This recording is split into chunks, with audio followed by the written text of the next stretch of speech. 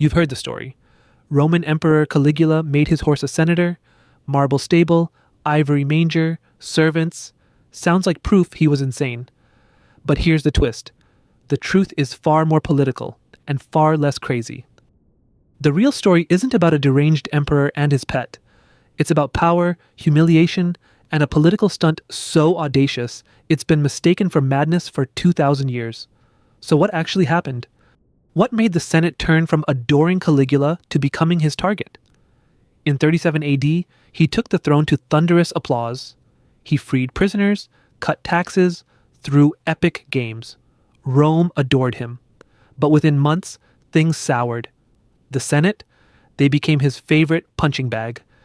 Caligula wanted absolute control. The Senate clung to tradition. He saw them as arrogant relics. So he humiliated them, forcing senators to run alongside his chariot, appointing his horse to office. Madness? Or a masterclass in political trolling? Incitatus lived in a marble stable, ate from an ivory manger, and had his own house with servants. Suetonius wrote that Caligula even planned to make him consul. A horse, one step from running the empire, or so the story goes. But here's the catch. No contemporary record confirms Incitatus ever held office. Cassius Dio claimed he became priest and consul. Modern historians argue it was a political joke, mocking the Senate's power. Why didn't anyone stop him? Caligula turned the Senate into humiliation theater. He forced senators to run alongside his chariot, kiss his feet, threaten to appoint his horse. Message: your power is an illusion. And it worked. The Senate was reduced to a rubber stamp. In his first year, Caligula executed several senators. By 39 AD, approval was rock bottom. When he joked about making his horse consul, they couldn't even muster a laugh. Was Caligula truly insane, or was there a method to his madness? Historian Anthony Barrett argues it was a political joke. The Senate is so useless, even my horse could do your job. Alois Winterling agrees. Satire, not insanity. By making the Senate the butt of the joke, Caligula stripped them of dignity.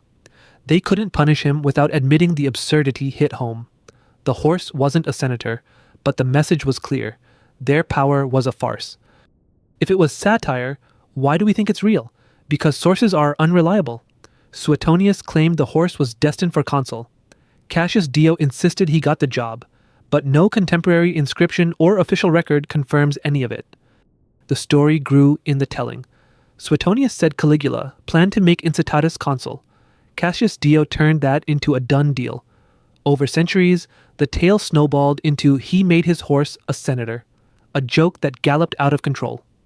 How did Caligula's reign end? On January 24th, 41 AD, the Praetorian Guard cornered him in a palace tunnel and stabbed him to death. His reign lasted under 4 years. His horse never got that consulship. But the story didn't die. Later, writers turned a political joke into a legend of madness. The horse senator became proof Caligula was insane, cementing his reputation for centuries. The myth stuck. From Suetonius to Hollywood, Incitatus galloped through history as the symbol of imperial madness. But the real legacy, a masterclass in propaganda. A good anecdote beats the truth every time. But before we get to the punchline, let's talk about the horse himself. Incitatus wasn't just any horse. He was Caligula's favorite. The emperor doted on him, giving him a stable of marble, an ivory manger, and even a house with servants. Some say he invited guests to dine with the horse. Was this affection or performance? The Senate was furious. They saw the horse as an insult, a direct attack on their dignity. But Caligula didn't care. He thrived on their anger.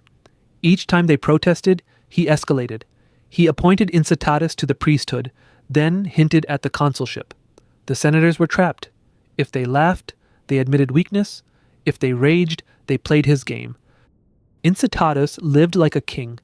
He ate oats mixed with gold flakes, drank wine from a jeweled cup, and was led by slaves in purple livery. Caligula even forbade anyone from making noise near his stable during rest. But this wasn't just pampering. It was a display. Every luxury was a message. The emperor's horse had more than any senator. Word spread through Rome like wildfire. People whispered in the forums, "Did you hear? The emperor's horse might become consul." Some laughed, others were horrified. But the joke had a purpose. It united the people against the Senate. Caligula was the populist, the Senate the punchline, and the horse the symbol of their irrelevance. Caligula didn't stop with the horse. He forced senators to run alongside his chariot in their togas, splattered with mud. He made them kiss his feet, and once threatened to sell them as gladiators. The horse was just the centerpiece of a campaign of humiliation. Every act was designed to break their spirit, and it worked. In 39 AD, Caligula appointed Incitatus to the priesthood. This was a direct slap in the face to the Senate, who traditionally held religious offices. The horse was now a priest of the imperial cult.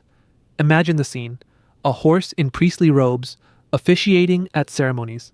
The senators could only seethe as the joke escalated. Then came the ultimate threat. Caligula announced he would make Incitatus consul. The Senate panicked. They begged, pleaded, offered compromises. But Caligula just smiled. He never actually did it, but the threat was enough.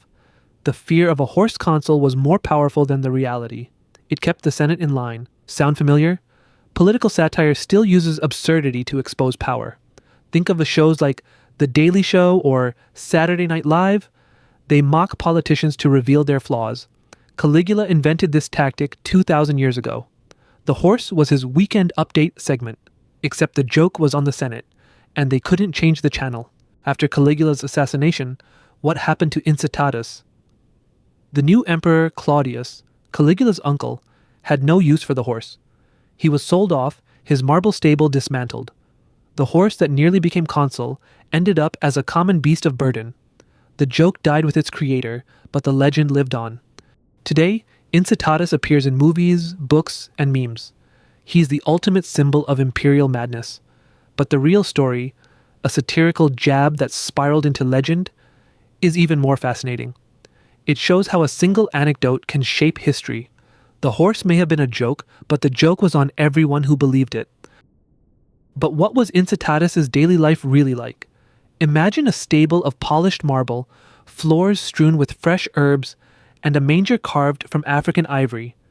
Slaves in purple livery tended his every need, feeding him oats mixed with gold flakes and offering wine from jeweled cups. Caligula even ordered silence near his stable during rest. Any noise meant punishment. This wasn't mere pampering. It was a calculated display of power. Every luxury was a message. The emperor's horse lived better than any senator. The message was clear. Your status means nothing when I can give it to a horse. Caligula's humiliation campaign didn't stop at the horse. He made senators race his chariot through Rome, their togas flapping, mud splattering their dignified faces. They gasped for breath while the emperor laughed. He made them kiss his feet in public, and once threatened to sell them as gladiators. Each act was designed to strip away their dignity, to show that their ancient titles meant nothing. The horse was just the centerpiece, the ultimate insult. The senators were trapped. If they protested, they looked weak. If they endured, they lost face. Caligula had them either way. In 39 AD, Caligula took the joke further. He appointed Incitatus to the priesthood of the imperial cult. Imagine the scene: a horse draped in priestly robes, standing before an altar, while senators watched in disbelief. The horse couldn't perform rituals, of course, but that wasn't the point. It was a direct slap at the Senate, who traditionally held religious offices. By giving a horse a sacred role, Caligula declared that their religious authority was worthless. The senators could only seethe as the joke escalated. Each promotion of the horse was a new level of absurdity, and they had no way to stop it. Then came the ultimate threat. Caligula announced he would make Incitatus consul, the highest office in the Roman Republic. The Senate panicked. They begged, pleaded, offered compromises. But Caligula just smiled, knowing he had them cornered. He never actually did it. The threat alone was enough. The fear of a horse consul was more powerful than the reality. It kept the Senate in line, always wondering what absurdity would come next. This was political genius. By dangling the impossible, he controlled their every move. The horse was a weapon, and the Senate was defenseless. When you hear a story too absurd to be true, ask who benefits. Caligula's horse wasn't a senator, but the tale exposed a Senate so powerless a joke could break them. Remember, incitatus. Sometimes the best stories aren't facts, they're warnings.